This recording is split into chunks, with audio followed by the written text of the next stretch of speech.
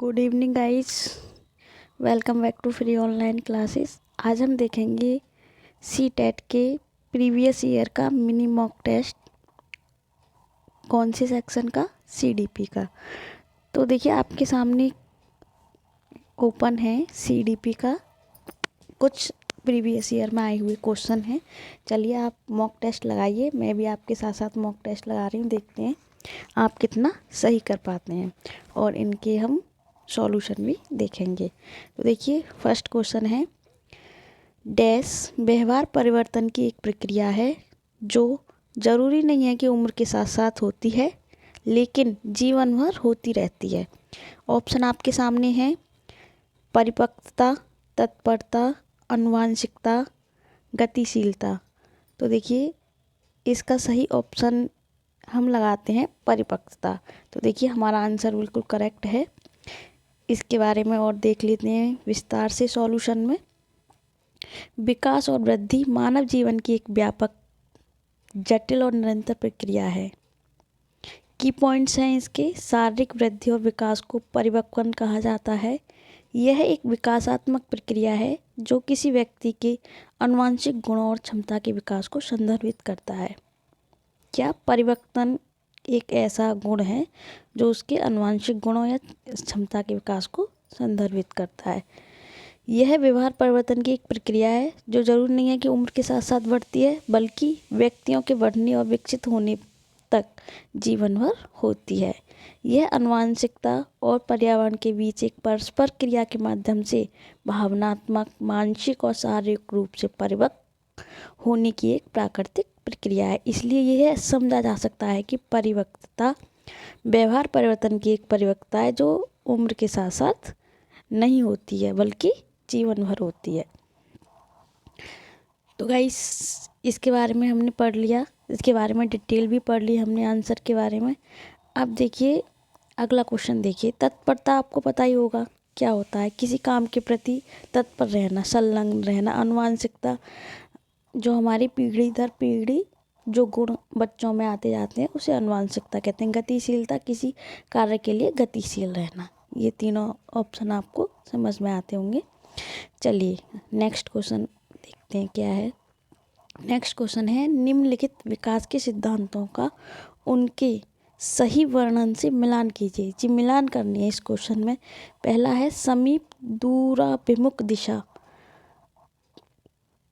दूसरा है सिर पदामुख दिशा, तीसरा है अंतर्वैयक्तिक भिन्नताएं, अंतरावैयक्तिक भिन्नताएं। अब देखिए फर्स्ट समीप दूराभिमुख दिशा, इसका सही ऑप्शन है हो सकता है शरीर के केंद्र से बाहर की ओर वृद्धि।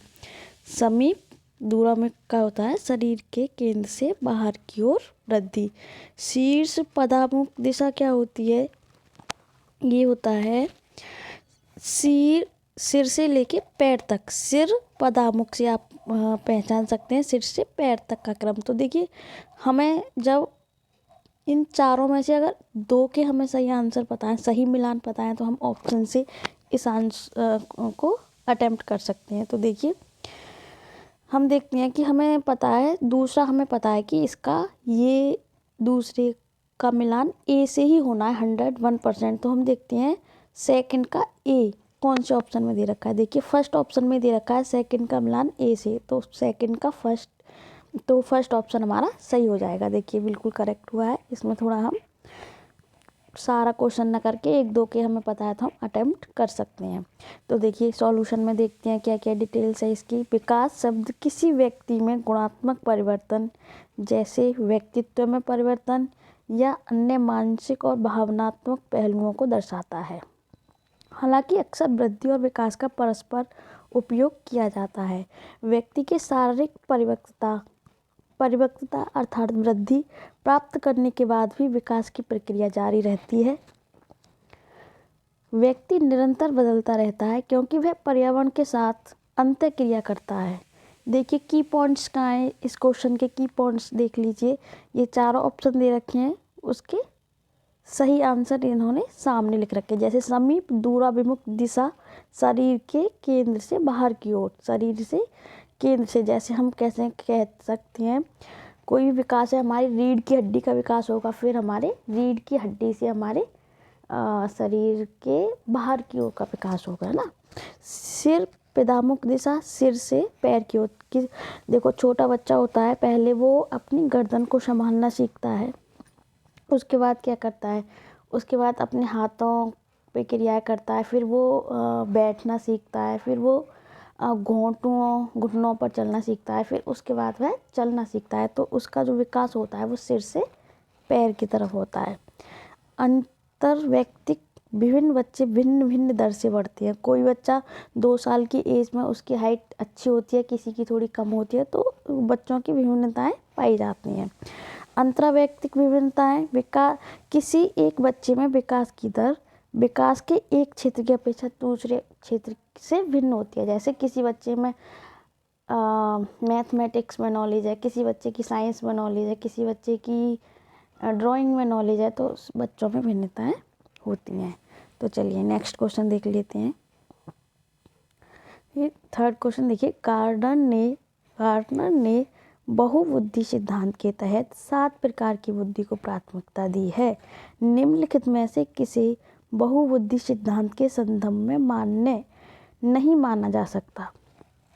तो ऑप्शन आपके सामने, विशेष परीक्षणों के अभाव में विभिन्न बुद्धि का मापन संभव है, यह सभी 7 बुद्धि को समान महत्व नहीं देता, यह केवल अब्राहम मास्लो के पूरे जीवन में एक मजबूत अनुभवनात्मक अध्ययन पर आधारित है, यह एक विशेष महत्वपूर्ण सामान्य बुद्धि जी के साथ संगत नहीं है।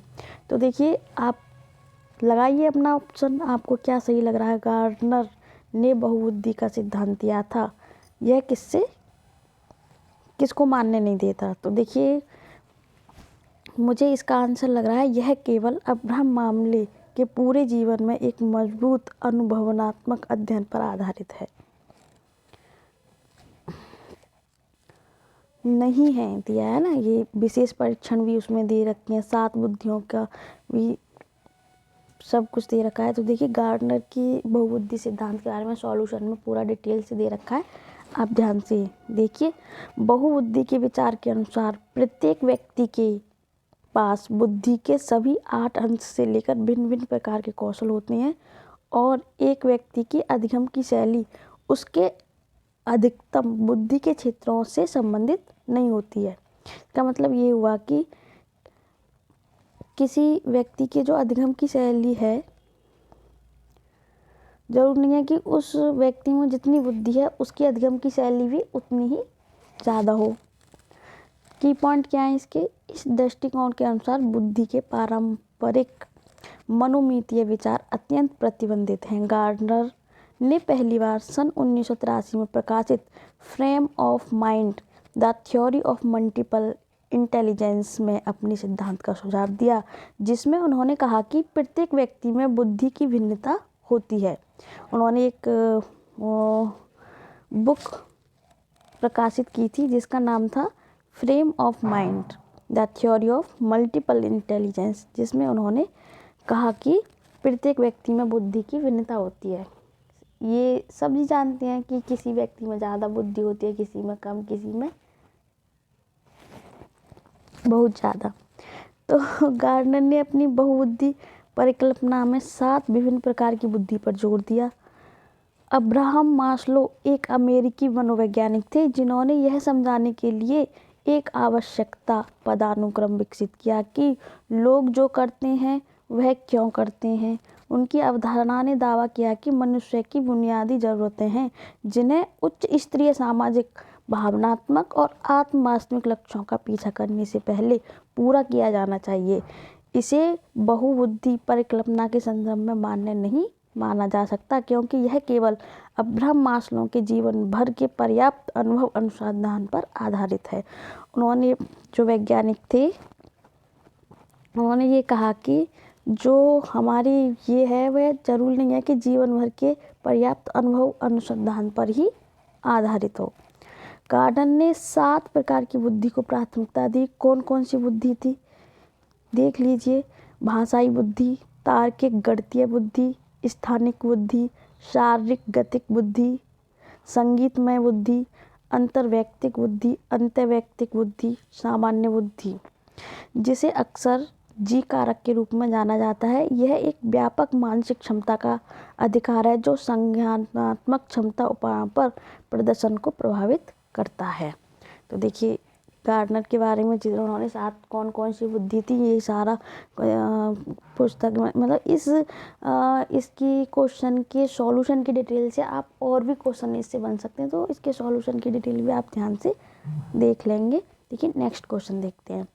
वाइगोत्स्की के सिद्धांत के अनुसार सामाजिक अधिगम का समर्थन करने के लिए सबसे उपयुक्त निर्देशन डैश है।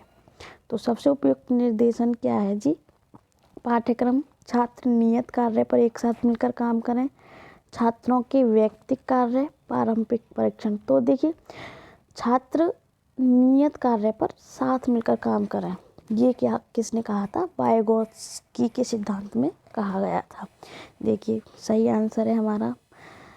सॉल्यूशन में देखिए डिटेल में जानकारी देख लेते हैं क्या है इसमें। मनोविज्ञान में कई सिद्धांत हैं जो मनोविज्ञान की विभिन्न विचारधाराओं से संबंधित है, जैसे कि संज्ञानात्मक, मानवतावादी, व्यवहारतावादी आदि। ये सिद्धांत प्रख्यात मनोवैज्ञानिक द्वारा मानव व्यवहार के विभिन्न पहलुओं को समझने के लिए एक ढांचा प्रदान करने के लिए प्रस्तावित हैं।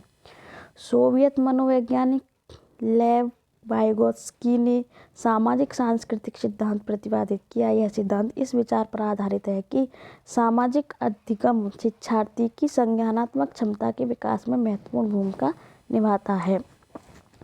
वाइगोत्स्की के सिद्धांत के अनुसार सामाजिक अधिगम का समर्थन करने के लिए सबसे उपयुक्त निर्देशन छात्रों को कार्य करने पर एक साथ काम करना है, क्योंकि उनका सिद्धांत इस बात पर जोर देता है कि बच्चे कुशल और जानकर लोगों के साथ अंतःक्रिया और सहयोग के माध्यम से सीखते हैं। देखिए वाइगोत्स्की ने और क्या इम्पोर्टेंट पॉइंट है इस क्वेश्चन के अंदर। लेव वाइगोत्स्की ने अपने सिद्धांत में सामाजिक अधिगम के महत्व पर 3 अवधारणाओं को प्रस्तुत करके जोर दिया था। कौन कौन सी 3 अवधारणाएं दी थी वाइगोत्स्की ने? अधिक जानकर अन्य, यह उच्च कौशल स्तर और सीखने वालों की तुलना में अवधारणाओं की बेहतर समझ रखने वाले व्यक्ति को संदर्भित करता है। पाठ, यह एक ऐसी प्रक्रिया है संदर्भित करता है जिसके माध्यम से सीखने वालों को लक्ष्य प्राप्त करने के लिए सीखने के लिए अस्थायी सहायता प्रदान की जाती है। समीपस्थ विकास का क्षेत्र, यह उस अंतर को संदर्भित करता है जो एक शिक्षार्थी अपने बल पर कर सकता है और सहायता और मार्गदर्शन के साथ वह क्या कर सकता है। इसलिए यह निष्कर्ष निकाला जा सकता है कि वाइगोत्स्की के सिद्धांत के अनुसार सामाजिक अधिगम का समर्थन करने के लिए सबसे उपयुक्त छात्र नियत कार्य पर एक साथ काम करें। तो देखिए नेक्स्ट क्वेश्चन देखते हैं। समावेशी शिक्षा प्रतिभाशाली बच्चों को शामिल नहीं करती, ये कथन ए दे रखा है। कथन आर क्या कह रहा है? समावेशी शिक्षा सिर्फ अपूर्णता के दृष्टिकोण पर कार्य करती है। हमें सही कथन का चयन करना है। अब ये बताइए समावेशी शिक्षा क्या होती है? जिसमें समावेशी का ही मतलब होता है समावेशन करना, उसमें कमज़ोर बच्चे, प्रतिभाशाली बच्चे, अपंग बच्चे भी आते हैं, विशिष्ट बच्चे भी आते हैं। देखिए ए और दोनों सही हैं, ये सही की व्याख्या है जी नहीं। इन्होंने कह प्रतिभाशाली को शामिल नहीं करती, क्यों नहीं करती? प्रतिभाशाली को शामिल करती, इसमें दोनों गलत हैं जी। तो ये हमारा आंसर सही है। समावेशी शिक्षा दोनों को, सबको सम्मिलित करता है। समावेशी का ही अर्थ है हर तरह के बच्चों को एक साथ शिक्षा देना। तो नेक्स्ट क्वेश्चन देखते हैं। इसमें एक्सप्लेनेशन की इतनी वो नहीं है, समावेशी शब्द से ही हमें समझ में आ रहा है। निम्नलिखित में से कौन सा किसी व्यक्ति के सामाजिक संचार कौशल और मित्र बनाने की क्षमता को महत्वपूर्ण रूप से प्रभावित करता है? क्या है? स्वलीनता। स्वलीनता एक ऐसा गुण है जो सामाजिक संचार कौशल और मित्र बनाने की क्षमता को क्या करता है? प्रभावित करता है। स्वलीनता है क्या? देखिए अधिगम अक्षमता सुनने, बोलने, पढ़ने, लिखने, तर्क करने, गणितीय कौशल के अधिगम उपयोग में महत्वपूर्ण कठिनाइयों से प्रकट विकारों को एक विषम समूह को संदर्भित करता है। अधिगम की प्रमुख अक्षमताएं जैसे पठन वैकल्प्य, लेखन वैकल्प्य, गुणज वैकल्प्य और डिस्लेक्सिया हैं। की पॉइंट देखिए, स्वालीनता एक तंत्र का विकार को संदर्भित करता है जो सामाजिक संचार, सामाजिक संपर्क तथा व्यवहार रुचियों गतिविधियों में प्रतिबंधित और दोहराव वाले स्वरूप वाली कठिनाइयों को दर्शाता है। स्वावलंबी स्वावलंबी व्यक्ति वह होते हैं जो कैसे व्यक्ति होते हैं, वर्ण स्थिति होते हैं जो लोग विभिन्न प्रकार से तथा अलग अलग मात्रा में प्रभावित करते हैं। यह एक प्रारंभिक शुरुआती विकार है जो जन्म से मौजूद होता है और विकार के जन्म में 2 वर्ष की आयु में इसका निदान किया जाता है। इससे बुनियादी सामाजिक कौशल में गंभीर हानि होती है। स्वावलंबी का कहते हैं जो दूसरों के आँखों के साथ संपर्क करने से बचती हैं। 5 इंद्रियां दृष्टि, स्पर्श, स्वाद, गंध, श्रवण में से एक या अधिक तहत अधिक प्रक्रिया होती है। जो अकेला रहना पसंद करते हैं उन्हें स्वावलंबी टाइप के पर्सन कहते हैं। तो देखिए नेक्स्ट क्वेश्चन देखते हैं। नेक्स्ट क्वेश्चन है, प्रभावशाली अध्ययन का शिक्षण के लिए क्या जरूरी है। प्रभावशाली अध्यापन के लिए हमें प्रभावशाली इफेक्टिव टीचिंग करनी है हमें, तो उसके लिए अध्यापक को क्या करना चाहिए। उसके लिए तथ्यों के पुनरुत्पादन पर बल देना चाहिए, केवल पाठ्य पुस्तकों का ज्ञान ही स्रोत मानने पर बल देना चाहिए, तथ्यों परिप्रेक्ष्यों का विवेचनात्मक विश्लेषण करना चाहिए, अधिगमकर्ताओं के पूर्व अनुभवों को प्राथमिकता देनी चाहिए। तो आप बताइए क्या पहला तो हो ही नहीं सकता। पुनरुत्पादन पर बल देना चाहिए, केवल पाठ्य पुस्तक से ही पढ़ाना चाहिए, ये भी सही नहीं है। सही क्या है, तथ्यों और प्रक्षेपों का विवेचनात्मक विश्लेषण करना, अधिगमकर्ताओं के पूर्व अनुभवों को प्रधान, जैसा कि आपने टीचिंग में सीखा होगा, हमें पूर्व ज्ञान बच्चों का देखना है, तब उसके बाद हमें आगे कंटिन्यू पढ़ाना है उनकी नॉलेज को बढ़ाने के लिए। तो इसमें देखिए 3rd और 4th सही है, तो 2nd ऑप्शन इज राइट। इसकी विषय उसकी ज़रूरत नहीं है। अगला क्वेश्चन देखते हैं। सृजनात्मकता बच्चों की पहचान करने के लिए शिक्षक को किस प्रकार के प्रश्न पूछे जाने चाहिए। तो ये अपसारी प्रश्न पूछे जाने चाहिए सृजनात्मकता में। तो बच्चों नेक्स्ट क्वेश्चन देखेंगे। कक्षा 5वीं के बच्चे का कक्षा में प्रदर्शन अच्छा नहीं होता, इसलिए उसे योगात्मक परीक्षा में उत्तीर्ण होने का भय रहता है। आपके मतानुसार भय के द्वारा क्या होता है। देखिए बच्चे के अधिगम पर नकारात्मक प्रभाव पड़ता है। अगर बच्चा भयभीत रहेगा तो उसके अधिगम पर नकारात्मक प्रभाव पड़ेगा। तो देखिए इसमें कथन है, अर्थपूर्ण अधिगम के लिए नई विषय वस्तु को बच्चे के मौजूदा ज्ञान से जोड़ना जरूरी है। इसमें ए सही है। और अधिगम एक रेखीय नहीं होता है, क्योंकि अधिगम का विचार मतलब अधिगम एक रेखीय नहीं हो सकता। शुरुआत में बच्चे कम सीखते हैं, फिर थोड़ा ज़्यादा, फिर थोड़ा ज़्यादा, तो इस प्रकार के। तो thank you everyone for watching this video. ये 10 क्वेश्चन हमने देखे, आप दे सकते हैं आपके कितने गलत कितने सही हुए। तो वीडियो को लाइक शेयर सब्सक्राइब करें। Bye bye, take care.